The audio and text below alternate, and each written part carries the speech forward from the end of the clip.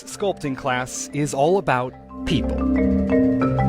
About getting the cheekbones, the nose, the lips as close as they can to real life. And the bottom of the nose But there's one rule. gives you the parameters of the top and bottom of the ear. They absolutely cannot use their imaginations.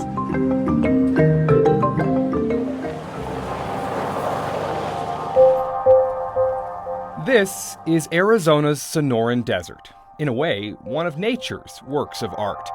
But as beautiful as it can be, it is merciless. I don't care why or how they ended up here. There's no need for them to die.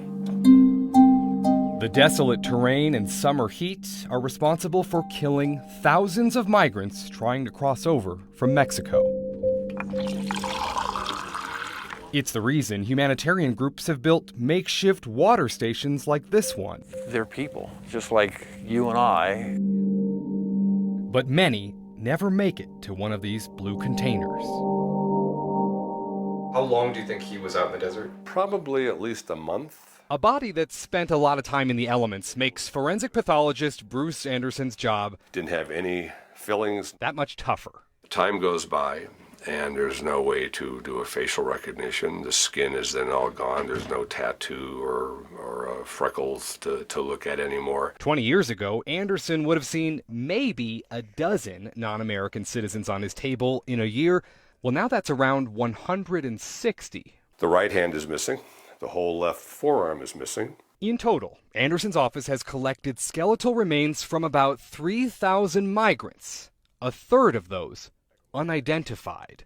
And you can add one more to the list. We have no clues right now as to who this person is. No clothing, no wallet, no pictures, no ID cards. That's what brings us to this class. Joe Mullins is a forensic artist who, for 1 week each year, teaches forensic sculpting to the art students at the New York Academy of Art. Like each skull is a story, so through this process, over the course of this week, we get a chance to tell it and hopefully spark recognition with somebody. They're given 3D printed replicas of human skulls and instructed to build the face that once rested on those skulls. I don't know, it just feels really, I wonder like how much you can read from the teeth. Who knows yet?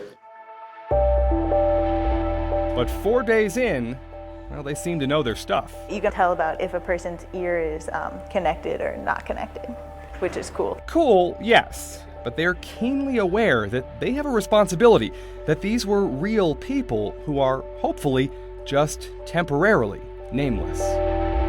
They had to have family. They had to have someone that cared for them, mother, father. 1 out of a million recognizes it, then we've done our job. It's a successful class. Since the course began, they've had at least a half a dozen what they call visual matches, and the students' work has helped lead to at least 3 death certificates. The big thing is to just see the students, how they connect with this. It's not just a class that they're taking, they're making a difference. They're changing lives. How many lives might they change this year? Until somebody can, look at the representation or the facial reconstruction and say, this is, so-and-so, then, we don't know.